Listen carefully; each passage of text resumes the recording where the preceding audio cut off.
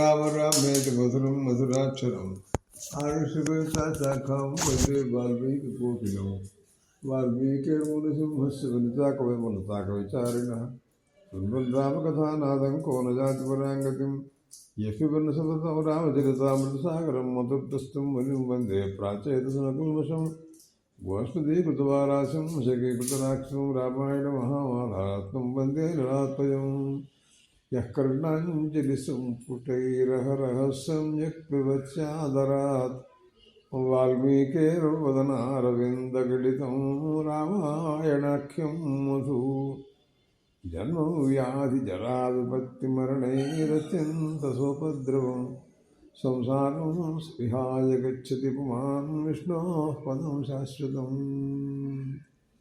వైదేహీ సహితం సురద్రుమతలే హైవే మహామంటపే మధ్యే పుష్పకమాసనే మణిమయే వీరాసనే సుస్థితం అగ్రే వాచీతి ప్రభంజనసుతే తత్వం మునిభ్యః పరం వ్యాఖ్యాతం భరతాదిభిః పరివృతం రామం భజే శ్యామలం వామే భూమిసుతా పునశ్చ హనుమాన్ పశ్చాత్ సుమిత్రా సుతః శత్రుఘ్నో భరతశ్చ పార్శ్వదలయోర్వాయువాదికోణేషు చ సుగ్రీవశ్చ విభీషణశ్చ యువరాట్ తారాసుతో జాంబవాన్ మధ్యే నీలసరోజకోమల్లుజం రామం భజే శ్యామలం మాతా రామో మత్పితా రామభద్రో భ్రాతా రామో వత్సః రాఘవేశः సర్వస్వం మే రామచంద్రో దయాళం నాణ్యం దైవం నైవ జానే న జానే సాకేతే శరదిందుకుందధడే సౌధే మహామంటపే పర్యస్తాగరధూపదీపలలితే కర్పూరదీపోజ్వలే సుగ్రీవాంగదజాంబవత్పరివృతం సౌమిత్రిణా సేవితం లీలామానుషవిగ్రహం రఘువరం రామం భజే శ్యామలం. శతానందులు వారు గౌతమ మహర్షి కుమారుడు, అహల్య కుమారుడు. ప్రకృతంలో శ్రీరామచంద్ర ప్రభువు యొక్క అనుగ్రహం చేత తన తల్లి అయినటువంటి అహల్య శాపం విముక్తురాలైపోయిందని, మళ్ళీ గౌతమ మహర్షి యథాప్రకారంగా తపస్సంపన్నుడిగా ఎదురు ఉంటున్నారని ఆనందంలో ఉన్నాడు. ఆ సందర్భంలో మిథిలానగరంలో జనక మహారాజు గారి యొక్క స్థానంలో రామలక్ష్మణులతో పాటు విశ్వామిత్ర మహర్షి కూడా రావటం చేత ఆ రామలక్ష్మణులను ఉద్దేశించి ఆయన విశ్వామిత్ర మహర్షి యొక్క మహిమను గురించి ఎంతో చెబుతున్నాడు. ఆయన విశ్వామిత్ర మహారాజు మొట్టమొదట్లో ఆయనకి వశిష్ఠ మహర్షితో విరోధం.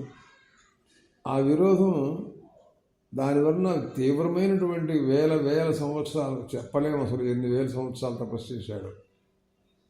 అన్ని దిక్కులా కూడా తిరుగుతూ కొన్ని దిక్కుల్లో ఇబ్బందులు కలిగితే, విఘ్నాలు కలిగితే వాటిని విడిచిపెట్టేసేసి తూర్పు దిక్కున ఘోరమైన తపస్సు చేశాడు. చివరికి బ్రాహ్మణ్యాన్ని పొందాడు. బ్రహ్మాది దేవతలందరూ కూడాను అంగీకరించారు. అప్పుడు అంటాడు ఆయన, బ్రాహ్మణ్యం ఇది మే ప్రాప్తం దీర్ఘమాయుస్తథైవ చ ఓంకారో వషట్కారో వేదాశ్చ వరయంతు మాం. నిజంగా నేను బ్రాహ్మణ్ణి అయినట్టయితే నాకు ఓంకారము వషట్కారము సమస్తమైనటువంటి వేదాంతముల యొక్క రహస్యమైనటువంటి బ్రహ్మజ్ఞానము ఇవన్నీ కూడా నాకు స్ఫురించుగాక అని అడిగాడు. వేక్షత్రవేద విదాం శ్రేష్టో బ్రహ్మ వేద విదామపి. అయితే అందరిలో కల్లా ఉత్తమోత్తమైనటువంటి మహాత్ముడు ప్రపంచంలో ఎవరంటే వశిష్ఠ మహర్షి. ఆయన వేదవేత్తలలో కల్లా గొప్పవాడు. మరి బ్రహ్మ మాంసపుత్రుడు. ఆయన కూడా నన్ను నువ్వు బ్రాహ్మణుడైనావు అని అనాలి అని నన్ను అడిగాడు. సరే, ఆయన కూడా వచ్చి నువ్వు బ్రాహ్మణుడైనావయా అని, ఏవంతు అనేన బ్రాహ్మణ్యం ప్రాప్తం రామా మహాత్మన. ఈ రకంగా ఆయన కూడా అంగీకరించాడు. శ్రీరామచంద్ర, వింటున్నావు కదా, ఇదిగో ఈ రకంగా ఈ మహాత్ముడు బ్రాహ్మణ్యాన్ని పొందినటువంటి వాడయ్యా. ఇన్ని వేల సంవత్సరాలు ఘోర తపస్సు చేశాడో చెప్పలేము అసలు అని చెప్పాడు. ఏష రామ మునిశ్రేష్ట ఏష విగ్రహవాన్ తప. అసలు తపస్సు అంటే అది ఒక ఆకారం తాల్చినటువంటి స్వరూపం విశ్వామిత్ర మహర్షి అంటే అనుకోవాలి. ఆహా, ఎంతటి వాడు ఎక్కడా చూడమే మనం. ఏషధర్మములో నిత్యం ధర్మాత్ముడు కూడా నేను వీర్యస్య పరాయణం, పరాక్రమం కానీ శౌర్యం కానీ వీర్యం కానీ ఇవన్నీ ఈయనలో మూర్తిభవించి ఉంటాయి. ఆయన ఏమోక్త మహాతేజ విరరామ ద్విజోత్తమ. ఈ రకంగా శతానందుల వారు రామచంద్రుడికి విశ్వామిత్ర మహర్షిని గురించి పరిపూర్ణంగా ఆయన యొక్క తపో మహిమ నిష్టల గురించి చెప్పాడు. ఈ మాటలన్నీ విన్న తర్వాత అందరూ విన్నారు. జనక మహారాజు గారు కూడా అక్కడే ఉన్నాడు. సభంతా సభ్యులందరూ కూడా వింటున్నారు. జనక ప్రాంజలిర్వాక్యము వాచ కుశకాత్మజం ధన్యోస్మిన గృహీతోస్మి ఏనమే మలిపుంగవ. ఆనందపడ్డాడు జనక మహారాజు. ఆహా, ధన్యుణ్ణండి నేను ఈ రోజున. విశ్వామిత్ర మహర్షి దర్శనమైంది, ఆయన మా దగ్గరకు వచ్చారు, ఇది చాలా గొప్పగా భావిస్తున్నాను నేను. మా యజ్ఞం నిజంగా సఫలమైంది అంటే ఇలాంటి మహాత్ములు రాకచేతనే కదా అని అనుకున్నాడు. అని యజ్ఞం కాకుత్సహిత ప్రాప్తవానసు ధార్మిక. రాముడు కూడా ఆయనతో పాటు వచ్చారండి. సాక్షాత్ భగవానుడైన పావితంతు అహమంతయాద్ బ్రహ్మన్ దర్శనేన మామునే. విశ్వామిత్ర మహర్షి, నీ దర్శనం చేత నేను పవిత్రునైపోయినానయ్యా ఈ రోజున అని. నువ్వు బ్రహ్మర్షీణాం సర్వోత్తమ అన్నాడు. బ్రహ్మర్షుల్లో గొప్పవాడు అయ్యా నువ్వు. గుణాబహువిధా ప్రాప్తాస్తు సందర్శనాన్మయ. నీ దర్శన మాత్రం చేత దర్శనాదేవ సాధవ అని అంటూ ఉంటాయి వాక్యాలు. నా హ్యమ్మయాని తీర్థాన్ని దేవామృచులామయ తేపురం చురుకాలేని దర్శనాదేవ సాధవ అంటారండి. మహాత్ముల యొక్క దర్శనం ఉందే అది ఎంతో గొప్పది కదా. దానివల్లనే కృతార్థులవుతారు. ఉదకాలంలో స్నానం చేయడం, గంగాని తీర్థాలు ఎంతకాలమో చేయగా చేయగా చేయగా ఎప్పటికో అవి మానవుణ్ణి పవిత్రింపచేస్తాయి. నహ్యమ్మయాని తీర్థాన్ని అదేవా మృత్యురామయ. అలాగే శిలలతో విగ్రహాలతో ఏర్పడినటువంటి దేవతలు మూర్తులు అవి కూడా ఎప్పటికో సేవించగా సేవించగా సేవించగా అవి పవిత్రింపచేయొస్తాయి. తేపునం చురుకాలైనా కానీ మహాత్ముల యొక్క దర్శనం వెంటనే మానవుని కృతార్థుని చేస్తుందని అంటారు కదా. విస్తరేణచితే బ్రహ్మన్ కీర్తిమానం మహత్తప శృతం మయా మహాతే జోరాబేడేతి మహాత్మన.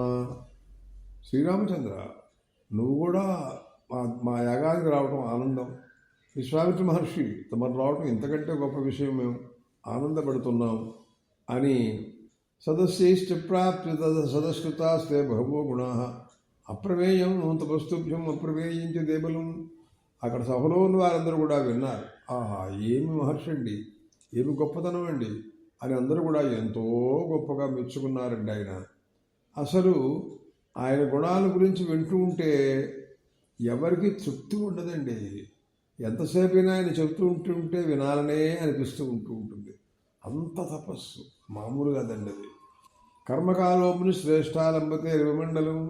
మహాత్మ సూర్యుడు అస్తమించబోతున్నాడు, అనుష్ఠాన కాలం సిద్ధమవుతోంది, నేను అనుష్ఠానానికి వెళ్ళవలసి ఉంటుంది, నేను రేపు ఉదయం మళ్ళీ దర్శనం చేసుకుంటాను అని అంటూ ఈ రకంగా ఆయన దగ్గర అనుజ్ఞ తీసుకుని వెళ్ళాడు. జనక మహారాజు గారు కర్మకాండల మధ్యలో ఉన్నాడు, ఆయన పని చూసుకోవాలి. ఏముక్తో మునివర ప్రశస్త పురుషర్షభం విససర్జాసు జనకం ప్రీతం ప్రీతమనాసద. సరే అయితే వెళ్ళిరండి, మీరు అనుష్ఠానం చూసుకోండి అని ఈ రకంగా జనక మహారాజుని అనుజ్ఞతో పంపించాడు విశ్వామిత్ర మహర్షి. తర్వాత వీళ్ళందరికీ కూడాను మిథిలాధిపతి అయినటువంటి వైదేహుడు జనక మహారాజు ప్రదక్షిణ నమస్కారం చేశాడు, బయలుదేరాడు. విశ్వామిత్రోపి ధర్మాత్మా సహ రామస్య లక్ష్మణ స్వవాటమభిచక్రామ పూజ్యమానో మహర్షి. ఇక్కడ కూడా ఒక ఆయనకు ఆశ్రమం ఏదో ఏర్పాటు చేశారు విశ్వామిత్ర మహర్షికి. ఆ ఆశ్రమంలో రామలక్ష్మణులతో పాటు దాంట్లో ఆయన ఉండిపోయినారు. ఈ రకంగా జనక మహారాజు గారి స్థానంలో ఆయన రాముడితో సహా విశ్వామిత్ర మహర్షి రాక ఇంత జరిగిందండి. సరే, ఆ రోజు అయిపోయింది, తెల్లవారింది. యజ్ఞయాగాది కర్మాల్లో యథాప్రకారంగా అన్నీ జరుగుతున్నాయి. అటువంటి పరిస్థితులలో జనక మహారాజు విశ్వామిత్రం మహాత్మానం మాజుహామ సరాఘవం రాముడిని లక్ష్మణస్వామితో కలిపి ఆ విశ్వామిత్ర మహర్షిని అందరినీ ఆహ్వానం చేశాడు తన స్థానంలోకి.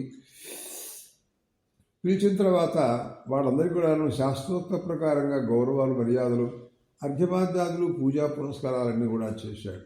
భగవన్ స్వాగతం తెస్తూ కింకరోమిదుమానఘ భవాన్ ఆజ్ఞాపయుదు మామాజ్ఞప్తో భూతాఖ్యహం. మహర్షి తమరు ఆజ్ఞాపిస్తే ఏమి ఆజ్ఞాపిస్తారో తెలియదు, నేను దాన్ని నిర్వహించడానికి సిద్ధంగా ఉంటాను. మీ దయ, మీరేం చెప్పుకోదలుచుకున్నారో చెప్పండి అని ఈ రకంగా సామాన్యంగా మాట్లాడే మాట అలా మాట్లాడాడు. ఏమోక్తస్తు ధర్మాత్మా జనకేన మహాత్మన ప్రత్యువాది మొదలు వీరం వాక్యం వాక్య విశారద. అప్పుడు అన్నాడు, విశ్వామిత్ర మహర్షి వచ్చింది ఎందుకంటే అసలు ఆ శివధనుస్సు ఏమిటి, అదేమిటో చూపించాలి రామలక్ష్మణులకి. అది శివధనుర్భంగం ఈయనే చేసినట్టయితే జానకితో వివాహం ఇక్కడే జరుగుతుంది కదా. ఆయన సంకల్పమే అది, అసలు రావడానికే అందుకు వచ్చాడు ఆయన. అందుకోసమనే ఏమంటున్నాడంటే, జనక మహారాజా, వీరుభయులు ఎవరో నీకు తెలుసా? దశరథ మహారాజు గారి కుమారులయ్యా వీళ్ళు. ఇక్కడ ధనుశ్రేష్టం శివధనుస్సు ఉందని విన్నాం కదా మేము, అదేదో చూపిద్దామని నేను తీసుకొచ్చాను. తమరు ఆ ధనుస్సుని ఈ కుమారుడికి ఇద్దరికి కూడాను మీరు చూపించవలసిందిగా మిమ్మల్ని నేను ఆదేశిస్తున్నాను. అది ధనుస్సు ఎత్తడం కుదురుతుందో కుదరదో ఆ విషయం తర్వాత, ముందు చూడాలి కదా. కుదరకపోతే వెళ్ళిపోతారు, మరి కుదిరితే ధనుసు ఎక్కువ పెడతారు. అసలు ముందు చూపించండి, తర్వాత చూద్దాం అని ఈ రకంగా మాట్లాడాడు విశ్వామిత్ర మహర్షి. ఆ మాటలు విన్న తర్వాత అసలు ఈ ధనుస్సు దీని గురించినటువంటి చరిత్ర సంగ్రహంగా 2 మాటలు చెప్తాను. ఎందుకు ఉంది ఇక్కడ ఇది అనేటటువంటి విషయంలో జనక మహారాజు గారు ఆ ధనుస్సు ఎవరిది, అది ఎప్పుడు పెట్టారు, ఇక్కడ ఎప్పటి నుంచి ఉంటోంది, ఏమిటో విషయాలు మాట్లాడుతున్నాడు. దేవరాత ఖ్యాతో నిమేషో మహీపతి న్యాసోయంతస్య భగవన్ హస్తే దత్తో మహాత్మన. మా వంశంలో దేవరాతుడని ఒక ఆయన ఉన్నాడు. ఆయన 6వ వాట్ట పరంపరలో. ఆయనకి రుద్రుడు సాక్షాత్తుగా ఈ ధనుస్సు ఇచ్చి చేతిలో పెట్టి నువ్వు చూస్తూ ఉండు అని చెప్పాడు. అసలు ఏమిటి జరిగింది కథ అని అంటే, దక్ష ప్రజాపతి యజ్ఞం చేశాడు ఒకప్పుడు. ఆయన రుద్రద్వేషి. దక్ష యజ్ఞవధే పూర్వం ధనురాయమ్య వీర్యవాన్ను. రుద్రభాగం లేకుండా యజ్ఞం చేయటం. ఆ సమయంలో తన కుమార్తె అయినటువంటి సతీదేవి కూడా అక్కడ ఉండటం. ఈ రహస్యాన్ని ఆమె గుర్తెరగటం. తండ్రిని అడిగింది, రుద్రభాగం లేకుండా ఇలా చేస్తున్నావు నువ్వని. దాని మీద వారు ఉభయులకు కూడాను వ్యతిరేక భావం కలగటం. దానివలన ఆమె అది భర్తని అవమానపరిచారని ఉద్దేశంతో శరీరాన్ని త్యాగం చేయటం. దానివలన పెద్ద గొడవ, మరి వీరభద్రుడు సృష్టించడం, ఇదంతా చాలా పెద్ద కథ నడిచింది కదా. అప్పుడు దేవతలు కూడా ఆ సమయంలో ఉన్నారు. అప్పుడు శంకరుడు వచ్చాడు, దేవతలతో మాట్లాడుతూ అన్నాడు, ఏమయ్యా మీరందరూ మీ స్వార్థమేనా లేకపోతే మీకు ధర్మం ఏమైనా తెలుసా? అసలు తెలిసి వ్యవహరిస్తున్నారా, తోచినట్టు వ్యవహరిస్తున్నారా అని అడిగారు రుద్రుడు. ఏమిటండి అని అడిగారు. యజ్ఞం అన్న తర్వాత సక్రమంగా జరిగితే యజ్ఞమా లేకపోతే అక్రమంగా జరిగినా కూడా యజ్ఞం అవుతుందా? ఎలాగైతే దేవతలు ఆవిర్భాగాలు పుచ్చుకుంటారో అట్లాగా శంకరుడికి కూడాను రుద్రుడికి కూడాను ఆవిర్భాగం ఇవ్వాలి కదా. నా ఆవిర్భాగం లేకుండా జరుగుతుండే యజ్ఞంలో మీరందరూ ఆవిర్భాగాలు ఎలా తీసుకుంటున్నారయ్యా? మీరు చెప్పాలా అక్కర్లేదా యజమానుడికి?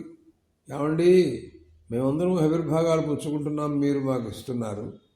అలాగే రుద్రుడు కూడా దీంట్లో ఆవిర్భాగం ఉంటుంది. అది మీ ఇవ్వకుండా చేసినటువంటి యజ్ఞాన్ని సమగ్రంగా సంపూర్ణంగా అవుతుందని మేము ఎలా అంగీకరించగలం? మీరు చేసే దాంట్లో లోటు ఉంది అని చెప్పాలా అక్కర్లేదా? మీరు ఎందుకు చెప్పలేదు అని నిగ్గదీశాడు దేవతల్ని శంకరుడు. రుద్రస్తు త్రిదిశాన్ రోషాన్ శరీరమిదమబ్రవీతు యస్మాద్భాగార్థినో భాగాన్ నాపకల్పయితే మే సురాహ. నాకు భాగం లేకుండా మీ అందరూ తీసుకుంటారా? మీరు దేవతలే, నేను దేవతనే. ఇలాగైనా చేయవలసింది మీరు.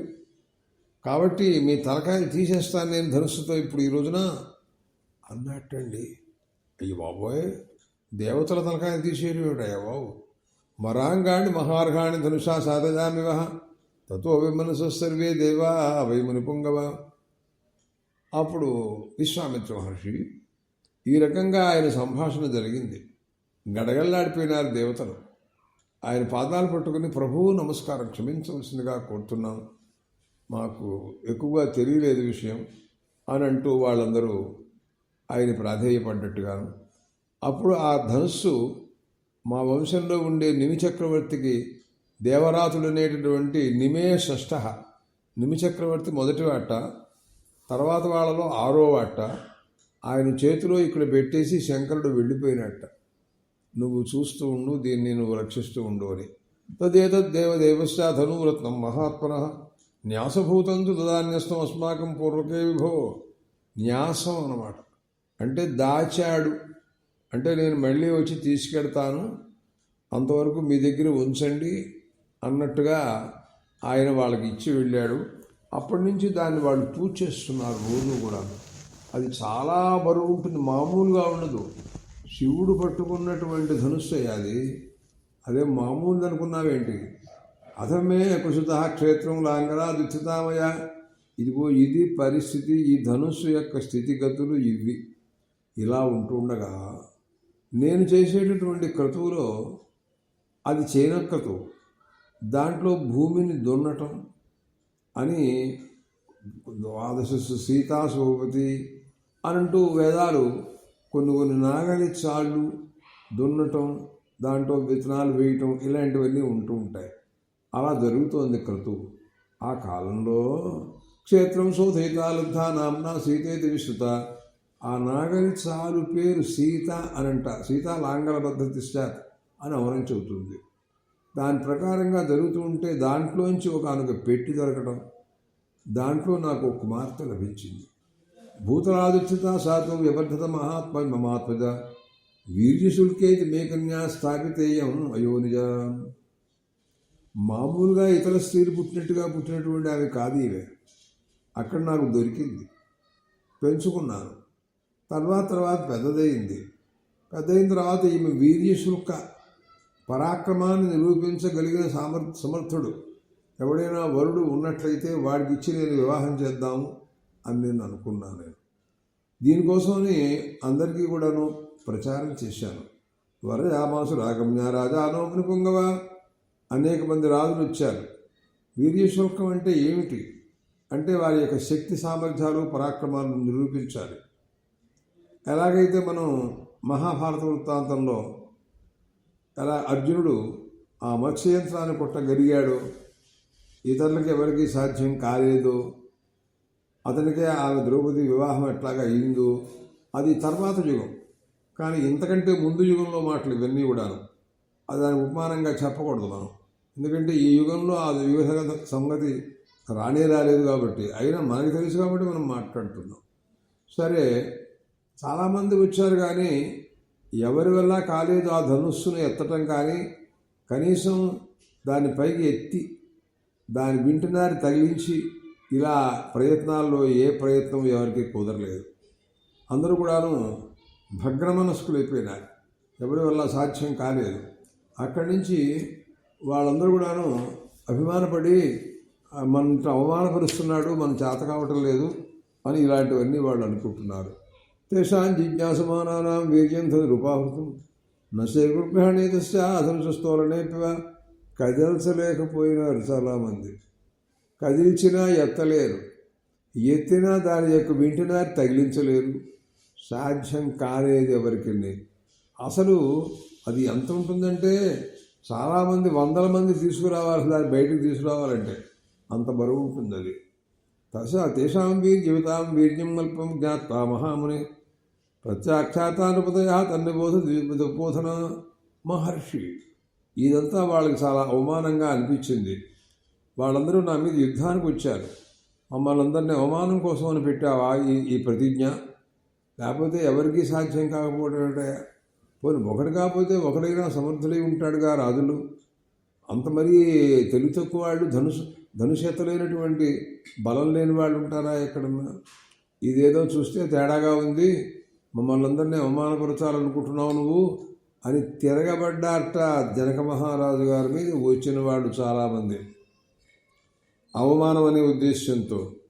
ఈ రకంగా వాళ్ళ తిరస్కారానికి గురైపోతున్నాడు జనక మహారాజు గారు, కొన్ని ఇబ్బందులు అనుభవిస్తున్నాడు. ఇటువంటి పరిస్థితులలో ఇదంతా ఎంతకాలం జరిగింది అని అడగవే మహర్షి, 1 సంవత్సర కాలం గడిచిందమ్మా. ఇంతకాలంగా చాలా ఇబ్బందులు పడుతున్నాను నేను. అటువంటిప్పుడు నేను దేవతలందరినీ ప్రార్థించాను, మహాత్ములారా నాకేదైనా శక్తి సామర్థ్యాలు ఇవ్వండి, ధనుర్బాణాన్ని అనుగ్రహించండి. నేను వచ్చిన వాళ్ళు నా మీదకి యుద్ధానికి వచ్చినప్పుడు వాళ్ళు నేను ప్రతిఘటించాల్సినటువంటి అవసరం ఉంది కనుక ఈ కన్యారత్నాన్ని ఇవ్వడంలో కొన్ని నేను చేసిన ప్రతిజ్ఞ ఇంతవరకు ఎవరికి కుదరలేదు అని వాళ్ళ దేవతలను ప్రార్థించారట. దేవతలందరూ అన్నారు, చతురంగ బలాలన్నీ కూడా ఇచ్చారు, తీసుకో నీకు ఇష్టం, నువ్వు ఏ రాజుతో యుద్ధం చేసుకున్నా సరే మాకు అభ్యంతరం లేదని చెప్పారట. తస్య భగ్నాన్ హృదయో హన్యమానా దిశో దియు.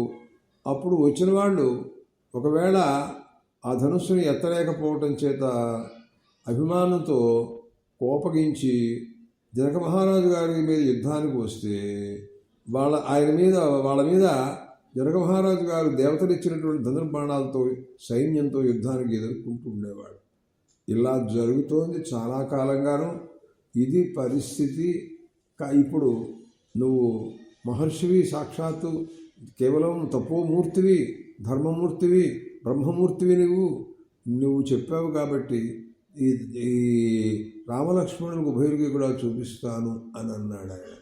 అంటే ఆయన మనస్సులో మహారాజులే వెళ్ళిపోయినారే, ఎన్నో సంవత్సరాలు లేవు ఈ రాముడికి. విశ్వామిత్ర మహర్షి తన ఇంటికి వచ్చినప్పుడు దశరథ మహారాజు గారు చెప్పిన మాటల్లో షోడశ వరుషోమే రామో రాజీవలోచన అన్నాడండి ఆయన. మా అబ్బాయికి 16 సంవత్సరాలు నిండలేదయ్యా, రాజీవలోచన అని ఒక మాట అన్నాడండి. అంటే కళ్ళు ఇంకా శాంతం అలా నిద్రపోతున్నట్టుగానే ఉంటుంటాయండి, శాంతం తెరవలేదండి, పిల్లవాడండి, చిన్నవాడండి, యుద్ధానికి ఎలా వస్తాడండి అనే మాటలు దాంట్లో కనపడుతున్నాయి. ఇటువంటి ఈ చిన్నవాళ్ళకి చూపించడం ఏమిటిరా అనే అనుమానం ఆయన మనసులో ఉండి ఉంటుంది. కానీ విశ్వామిత్ర మహర్షితో వేళాకోళాలు పనికిరావే. ఆయన చెప్పాడు అంటే చేయవలసిందే, కానీ మరో రకంగా మాట్లాడితే ఆయన శాపం పెట్టాడు, దిక్కు లేకుండా పోతాం తెలుసా. సరే, ఈ రాముడు కనుక ఈ ధనుస్సుని ఎక్కుపెట్టినట్టయితే మా అమ్మాయిని ఇచ్చి వివాహం చేయడంలో నాకు ఎటువంటి ఇబ్బంది లేదు మహాప్రభో అని విశ్వామిత్ర మహర్షితో చెప్పుకున్నాడు జనక మహారాజు గారు. జనకస్య శ్రుత్వా విశ్వామిత్రో మహాముని ధనుర్దశైనామాయా ఇది హోమాది పాత్రం. సరే అలాగేనయ్యా, నువ్వు అనుకున్నట్టుగానే, కానీ నువ్వు చూపించు ముందు, తర్వాత చూద్దాం అన్నాడు విశ్వామిత్ర మహర్షి. దాని ప్రకారంగా దాని గంధమాల్యాదులతో పూలు పూసి దానికి ఎంతో గౌరవించి అర్ఘ్యపాదాలాగా పూలతో రోజు దాన్ని పూజ చేస్తుంటారు. శివధనుస్సు మామూలుది కాదు అది. ఆ రకంగా సరే మంత్రులందరినీ పిలిచాడు, వాళ్ళందరినీ తీసుకురమ్మన్నాడు. అది వచ్చిన వాళ్ళందరినీ తీసుకురావాలి అంటే ఎక్కడో లోపల పెట్టి గౌరవంగా దాస్తారు దాన్ని. అక్కడి నుంచి బహిరంగంగా రాజులు అందరూ చూస్తుండగా ఎత్తే చోటున పెట్టాలి తీసుకొచ్చి. దానికి ఎంతమంది అంటే 5,000 పైన 50 అన్నాడు. 5,500 మంది పనివాళ్ళు దాన్ని మోసుకురావాలి. ఇది ఎక్కడ తెలుసయ్యా బాబు, ఏమిటని అడిగాడు. ఇదంతా చేయలేక వాళ్ళు ఏం చేశారంటే దానికి ఒక పెద్ద బండి తయారు చేశాడు, ఎనప బండి. దానికి 8 చక్రాలు ఉంటాయట. పైన బల్లం వేస్తారు, దానిపైన పెడతారు. ఇది దానికి పూజ చేస్తుంటారు. ఎవరైనా రాజు వచ్చి నేను చూస్తాను అని అన్నప్పుడు ఇంతమంది మనుషులు దాని బండి లాక్కొస్తారు. ఆ ధనుస్సు ఎత్తలేరు, వీళ్ళు వాళ్ళ కాదది. దానికి లాక్కొచ్చి అక్కడ పెడతారు. వచ్చినవాడు ఎత్తగలుగుతాడో లేదో చూస్తాడు, చేత కాకపోతే వెళ్ళిపోతాడు. ఇది జరుగుతున్న కథ. ఇప్పుడు దాన్ని మళ్ళీ తీసుకురావడానికి ప్రయత్నాలు చేస్తున్నారు వాళ్ళు. తామాదాయితు మంజూషాం ఆయుషేయం తత్ర యద్ధను. స్వరూపం తే జనక మూచు మంత్రి నృపతి మంత్రిణ. మంత్రులు మిగతా వాళ్ళందరూ వచ్చి చెప్పారు జనక మహారాజు గారితో, మహారాజా ఇదిగో ఆ రూమ్లోంచి తీసుకొచ్చాం, మేము ఇక్కడ పెట్టాం, ధనుస్సు ఇదిగో తీసుకొచ్చాం, మీరు రామలక్ష్మణులతో చెప్పండి విశ్వామిత్ర మహర్షితోను అని వాళ్ళు సూచించారు.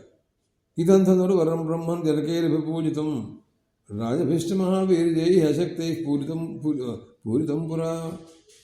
విశ్వామిత్ర మహర్షి మా వంశంలో ఆ నిమి చక్రవర్తికి 6వ వంశమైన దేవరాతుడు తత్ప్రభృతి అందరూ వంశ పరంపరయ మా ఇంట్లో అందరూ కూడా పూజ చేస్తూ ఉంటుంటారు ఈ శివధనుస్సుకి. ఇలాంటిది ఎంతోమంది రాజులు వచ్చి వెళ్ళారు కానీ ఉపయోగం లేకపోయింది. నైతత్సురగణ దేవా సర్వే, దేవతలందరూ వచ్చారట, ఎవ్వరూ ఎత్తలేకపోయినారు. గంధర్వులు లాభం లేదు, రాక్షసులు అంతకంటే కుదరదు, గంధర్వ యక్ష ప్రవరా సకేంద్ర మహోరగా కింద్రులు మహోరులు మొత్తం చాలామంది అండి. అసలు మనుష్య మాత్రుడికి ఇది సాధ్యం అవుతుందని అనుకోవడం కూడా కళ్ళ. ఓ బాబు, అటువంటిప్పుడు ఈ రాముడు ఎత్తగలడా దీన్ని? సరే ఏమో, మనం ఆ మాట అనటానికి వీల్లేదు. విశ్వామిత్ర మహర్షి తీసుకొచ్చారు, ఆయన చెప్పినట్టుగా మనం చేయాలి. కొగతిర్మనుషాణాంతు ధనుషోస్య ప్రపూరణే, మానవులకి ఇది సాధ్యం అవుదేమో అని నేను అనుకుంటున్నాను అన్నారు. ఆరోపణే సమాయోగే వేరనే తోలనేపిచ, కనీసం కదల్చటం కానీ ఎత్తటం కానీ వింటనారి అనుసంధానం చేయటం కానీ లాభం లేదు. సరే, అవన్నీ మనకు అనవసరం విషయాలు. విశ్వామిత్ర మహర్షి చూపించమన్నారు. మహర్షి ఇదిగో ధనుస్సు తీసుకొచ్చారు, మా వాళ్ళందరూ కూడాను, మీరు రాముడికి చూపించండి, రండి మీరు చూడండి అని చెప్పి తీసుకొచ్చారు. రామా ధనుస్సు చూడు ఒకసారి అని చెప్పి విశ్వామిత్ర మహర్షి యొక్క ఆజ్ఞ అయింది. ఆయన ఆజ్ఞ తీసుకున్నాడు, అక్కడికి వెళ్ళాడు. నిదంధనులు వరం బ్రహ్మన్ సంస్కృతామీతి పాడిన మహర్షి ఆ ధనుస్సును తాకమంటారా అని రాముడు అడిగాడు. తాకవయ్యా ఏముందంటాడు అన్నాడు ఆయన. ఎత్రవాం శుభవిష్యామి, అంతేనంటారా ఎత్తమంటారా? ఎత్తవయ్యా, అడిగేది ఉంది. ఎత్తోపూర్ణే పిచాబాఢమిచ్చేవి తమ రాజా మునిష్ట సౌభాషత. అలాగేనండి, మీ గురుగారు మీ అనుగ్రహం ఎలా ఉంటుందో చేస్తాను. లేరయా చంద్రమధ్యే జగ్రాహవచనాన్మునే, ఆయన ఊరికే ఒక చీపురు పుల్ల లేపదీసినట్టు లేవదీశాట. ఓరు మానాయన, ఇదేమిటిరా బాబు, దేవతలు గంధర్వులు కిందరులు కింపురుషులు ఎవరి వల్ల ఏం కాలేదు. సంవత్సర కాలం బట్టి వచ్చిన వాడు వస్తున్నారు, వీడని వాళ్ళు పెట్టినా ఇది పెద్ద సంతలాగా ఉంది. ఏమిటో అర్థం కావట్లేదు ఎవరికి. అటువంటి పరిస్థితుల్లో రాముడు అవలీలుగా ఊరికే ఒక ఏదో చిన్న వస్తువు తీసినట్టు తీసేట. పశ్చితాన్ పురుషులు సహస్రాణం బహూనాం రఘునందన, వేల మంది చూస్తున్నారు ఈ సంగతి అంతా కూడా. జానకి కూడా అక్కడ ఉన్నారు. ఆవిడ కూడా ఒకవేళ ఎత్తితే ఈయనకి స్వయంవరం వరమాల వేయాల్సినటువంటి అవసరం ఉంటుంది. సరే, ఆరోపయిత్వా ధర్మాత్మ పూర్ణామాసరద్ధను. సరే, ఆయన ఊరికే ఎత్తమన్నాడు, ఎత్తాడు. ఎత్తి వింటున్నారు కూడా తగిలించాలిగా, ఊరికి ఎత్తితే ఏమైనట్టు. అందుకోసం వంచాడు, పుటుక్కును ఊరిగిపోయిందండి అది. ఇదేంట, ఎవరి వల్ల ఏం కావటం లేదు అసలు. దాన్ని ప్రదక్షిణలు చేసి దండాలు పెట్టిపోతున్నారు జనాలందరూ. రాముడు ఏంటి అట్టా లాగేశాడు. పైగా ఊరికేట ఎత్తేటండి, ఊరికి పుట్టుక్కుమని ముక్కైపోయింది అది. ఆయన ఏదో భయంకరంగా ఏదో గోచి లాగట్టడం, లంగోట బిగించడం అలాంటిదేం లేదు. తేలికగా తద్భవంతి ధనుర్మధ్య నరశ్రేష్టో మహాయిష. ఆహా, అది విరిగినప్పుడు పడినటువంటి శబ్దధ్వని ఉంది చూసారా? అబ్బో, అసలు ఆకాశం భూమి మండలం అన్నీ కూడాను ప్రతిధ్వనించిపోతుంది. అసలు ఎంత భూమికంపం వస్తుంది అనుకుంటున్నారు. పైనుంచి పురుగులు పడుతున్నాయేమో అనుకుంటున్నారు. పర్వతాలు విరిగిపోతున్నాయి, ముక్కలైపోతున్నాయేమో అనిపిస్తోంది. పైనుంచి ఏదైనా ఢావములు పడిపోతున్నాయేమో అనుకుంటున్నారు. అందరూ కూడా మోహం చెందుతున్నారు. ఏమిటిరా ఈ ధనుస్సు, ఈ శబ్దం ఎక్కడి నుంచి వస్తుంది ఏమిటో తెలియట్లేదు. అందరూ కూడా ఆశ్చర్యపోతున్నారు. వర్జయిత్వా మునివరం రాజానంతో రాఘవో ప్రత్యాశ్వస్తే జనని తస్మిన్ రాజా విగత సాత్వస. జనక మహారాజు గారికి ఆనందంగా ఉంది. సంవత్సరం మట్టి చూస్తున్నాను, ఒక్క రాజు కూడా దీన్ని ఎత్తలేకపోయినాడు. అసలు మా అమ్మాయికి పెళ్ళి అవుతుందా కాదా, లేనిపోయిన ప్రతిజ్ఞ పెట్టానా నేను అని మధ్యలో ఆయన చాలా చింతాక్రాంతుడైపోతున్నాడు పాపం. ఈ రోజున ఆ బాధ వదిలిపోయింది ఆయనకి. ఎందుకంటే అమాంతంగా రాముడు దాన్ని గిరిచేశాడండి. వాచప్రాంజలిర్వాక్యం వాక్యజ్ఞం అనుభంగవం. దశరథ ఆయన వెంటనే విశ్వామిత్ర మహర్షితో మాట్లాడుతున్నాడు. జనక మహారాజా మహాధర్మ మహాత్మా భగవన్ దృష్టవీర్యో మే రామో దశరథాత్మజ. ఆహా, ఏమి శక్తి, ఏమి పరాక్రమం, ఎంత అవలీల అండి. ఎంతో శ్రమ పట్టడం లేదు, చెమట పట్టడం, కింద పడిపోవడం 2 సార్లు, మళ్ళీ దుమ్ము దులుపుకోవడం, మళ్ళీ పైకి లేగడం, అక్కడి నుంచి గోజి బిగించడం, ఏం లేదు. అదే అత్యద్భుతం అచించాను తర్కితమిదమ్మయ్య. అస్సలు నేను ఊహ చేసుకోలేదన్నాడు ఆయన. నాకు ఇలా జరుగుతుందని నేను అనుకోలేదన్నాడు. ఊహకు కూడా అందట్లేదన్నాడు. జనకానా కులే కీర్తి హరిషిది మేషత. మా వంశానికి కీర్తిని తీసుకొస్తుంది నా కుమార్తె ఈ రోజున. ఇటువంటి మహాపురుషుడితో వివాహం మా అమ్మాయికి జరిగింది అంటే సీతాభర్త రమా సాధ్యామంద శ్రద్ధాత్మజం మమ పత్యా మసత్యా ప్రతిజ్ఞా వీర్యశుల్కేశ కౌశిక. విశ్వామిత్ర మహర్షి, నేను ఎంత ప్రతిజ్ఞ చేశాను, వీర్యశుల్క అన్నాను మా అమ్మాయికి.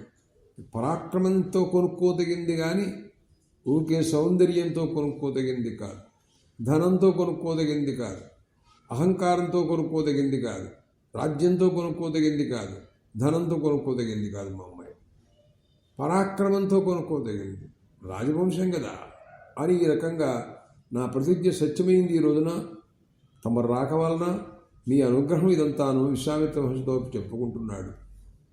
సీతా ప్రాణైర్బహుమత దేయారామాయ మేసుత. నా ప్రాణాల కంటే ఎంతో ప్రేమగా పెంచుకున్నానయ్యా ఈ కుమార్తెని. ఈ రోజు నేను రాముడికి ఇచ్చి వివాహం చేస్తాను. భవతోనుమతే బ్రహ్మన్ శీఘ్రం గచ్చంతు మంత్రిణ మమ కౌశిక భద్రంతే అయితే అయోధ్యాం త్వరితాగతై. వెంటనే మీరు అనుజ్ఞ ఇచ్చినట్టయితే అయోధ్యానగరానికి కబురంపిస్తాను.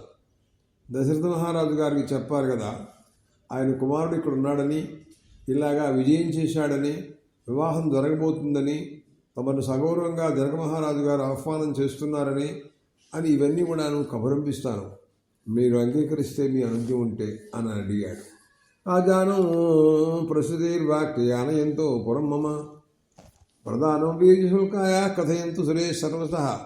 విషయమంతా కూడా వెళ్ళిన వాళ్ళు చెబుతారు, జరిగిందంతా కూడా చెబుతారు. నీ కుమారులు విశ్వామిత్ర మహర్షి రక్షణలో ఉన్నారు, క్షేమంగా ఆరోగ్యంగా ఉన్నారు. ధనుర్భంగం చేశారు, సీతను జయించుకున్నారు, వివాహం జరగడం తర్వాయి తమ దయచేయవలసిందిగా కోరుతున్నారు అనే మాటలన్నీ మా వాళ్ళు చెబుతారు. వెళ్ళి కౌశికశ్చితసేత్యాహ రాజా చాభాషమంత్రిణ అయోధ్యాం ప్రేషయామాసా ధర్మాత్మాకృత శాసనాన్ని. సరే, విశ్వామిత్ర మహర్షి అంగీకరించారు. పంపించు మీ భటులను అన్నాడు. చాలామంది బయలుదేరారు. ఎక్కడా వీళ్ళు మిథిలానగరంలో ఉన్నారు, ఆయన అయోధ్యానగరంలో ఉన్నాడు. ఇక్కడి నుంచి ఎంత దయం పడుతుందో ఏమిటో తెలియదు. బయలుదేరారండి దూతలు. జనకేన సమాదిష్టా దూతాస్తే క్లాంతవాహనా తిరరాత్రముషిత మార్గే అయోధ్యాం ప్రావిశన్ పురీం. వాళ్ళకు 3 రోజులు పెట్టిందిట. మధ్య మధ్యలో ఆగుతూ ఆగుతూ ఆగుతూ.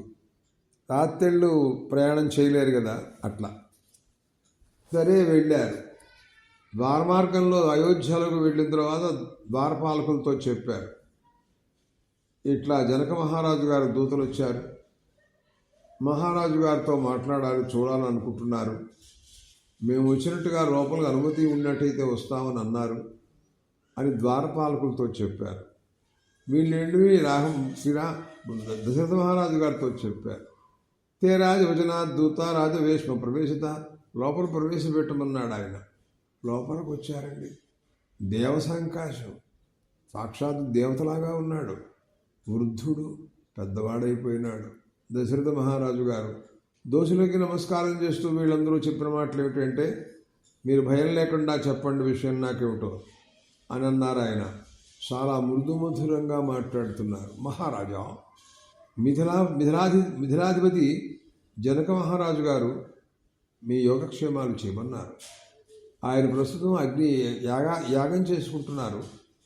అగ్నులతో, ఋత్విక్కులతో, బ్రహ్మలతో అందరితో కూడా ఉన్నారు. ఆయన కుశలంచా ఏం చేయ సోపాధ్యాయ పురోహితం, మీ కుటుంబంలో ఉన్నటువంటి వారందరి యొక్క యోగక్షేమాలు, మీ పురోహితులు, మీ ఋత్విక్కులు, మీ మహర్షులు, మీ ఇంట్లో బంధువులు, భార్య, పిల్లలు అందరినీ బాగున్నారా అని కనుక్కోమన్నారు.